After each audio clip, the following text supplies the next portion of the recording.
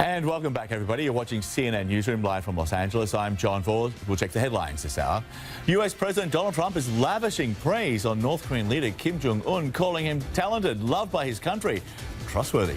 He says he believes Kim will dismantle his nuclear stockpile. In a surprise move after the summit in Singapore, Mr. Trump suspended joint military exercises with the South Koreans. It's official, AT&T can move ahead with its $85 billion plan to merge with Time Warner. A federal judge ruled that the US Justice Department's arguments to stop the deal were simply not valid. It's a defeat for President Trump, who had vocally opposed the merger during the 2016 election. Macedonia could have a new name later this year. The Balkan nation will hold a referendum to officially rename itself the Republic of Northern Macedonia, after cutting a deal with Greece to resolve what's been a long-standing dispute over the name. As it happens, Greece also has a region called Macedonia, which has great cultural significance. Well, America's top diplomat, the Secretary of State Mike Pompeo, will be in Seoul in the coming hours. No doubt there will be many questions about the president's decision to stop joint military exercises with the South Koreans. Let's go back now to Anna Corrin, live in Seoul. That's right, John. Mike Pompeo certainly has a lot of explaining to do when he meets with President Moon tomorrow at the Blue House, behind me, in fact.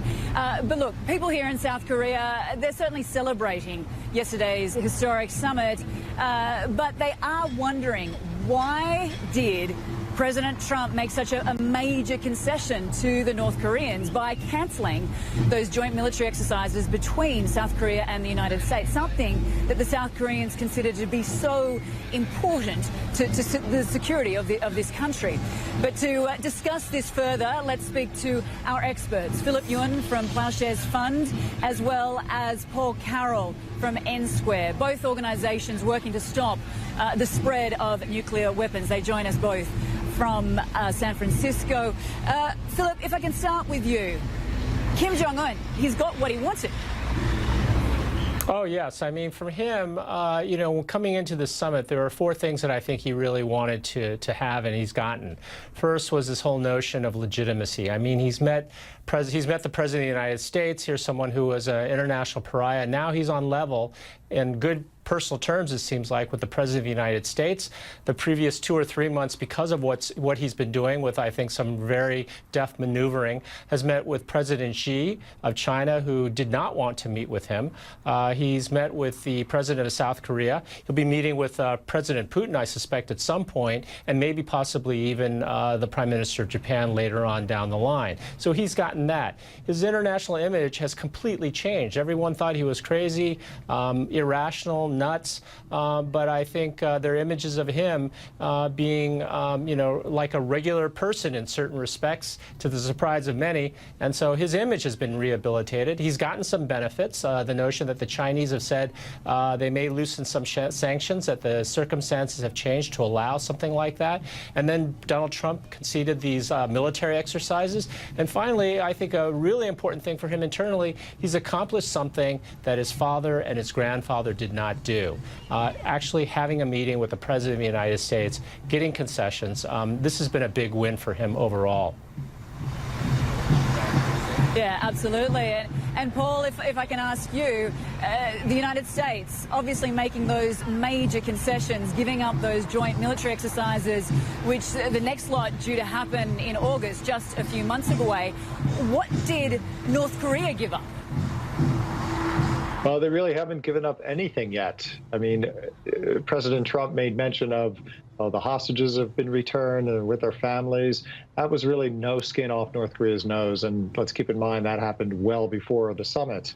And there was just a vague declaration. I've been reading people's responses to certainly a debate about, oh, well, this deal is better than the Iran deal. Well, there is no deal. All there is a joint communique saying, we're going to work, we're going to aspire to work toward these goals. There's nothing concrete in the declaration that was signed yesterday.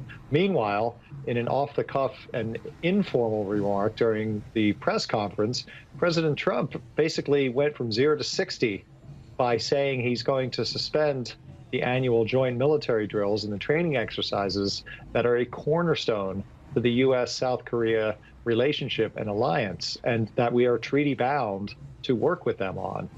he could have offered something a little more low-hanging fruit. For example, taking North Korea off the state sponsors of terrorism list. That wouldn't have been a huge concession. It would have shown good faith. So it's really quite puzzling. I agree with Philip. North Korea got a lot out of this photo op. The United States basically swung open the door to the store way too early. And Paul, I mean, Donald Trump, he also referred to those joint military exercises, something that has been going on for decades between South Korea and the United States, as provocative. I mean, that is something that Kim Jong-un says. Is he not, pandering to the North Korean leader? I agree. He's been using language that has been part of the North Korea's propaganda for years, that these are provocations, that these are war games, when in fact they're training exercises to keep our troops, our 30,000 odd troops in South Korea, as well as South Korean troops, ready for contingencies. To use the very language that the North Korean regime has used, it is mind-boggling, frankly.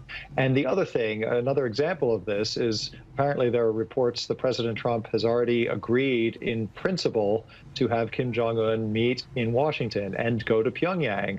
And rather than say when appropriate steps are taken or when they demonstrate, some actual dismantlement or disarmament, he used the phrase when convenient. Well, when convenient isn't a high enough bar.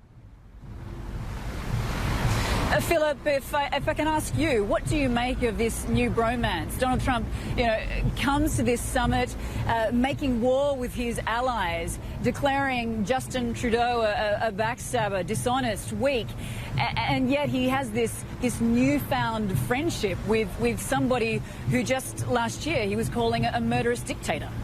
Well, I think it causes generally some concern about American reliability. It calls to question Donald Trump's style overall. I think, though, in certain respects, that in this kind of setting, Donald Trump has typically exhibited very good behavior overall. He's been very deferential. Remember, during the campaign, he was very critical of Mexico. Then he went to visit the Mexican president, incredibly deferential in those circumstances. So it seems to me when he's caught up in the pomp and circumstances of an event that is putting him at the center, he tends to be fair, tends to behave, I guess is the best way to put it. But, ultimately, what happens with this, as I've thought about this, I'm reserving judgment right now. We don't know what kinds of conversations have been going on in the background, what sort of agreements they're very close to or not close to. Having been on that side, I think it's really easy to criticize. This is not an easy circumstance here, so I'm willing to give them the benefit of the doubt. I mean, if we look back on this, 6 months ago, we thought we were close to a war. We're not. And the other thing that we have to note at this point, although it can change at any moment, the North Koreans have not tested, and they have said to us that they are not going to test an ICBM, long-range missiles, or do any more nuclear tests. I think there's value in that, even though it's not necessarily part of the declaration at this point. It clearly was something that was necessary in order for all of this to actually happen. So I'm willing to wait a little bit. I think that, as we've been talking about with Paul, there is a lot. There's a lot of catch-up to do, and there's a lot of skepticism, and we're just going to have to give it a little time to see where we actually end up. Giving President Trump the benefit of the doubt. Philip Yuan, Paul Carroll, many thanks for your insight. We certainly appreciate it.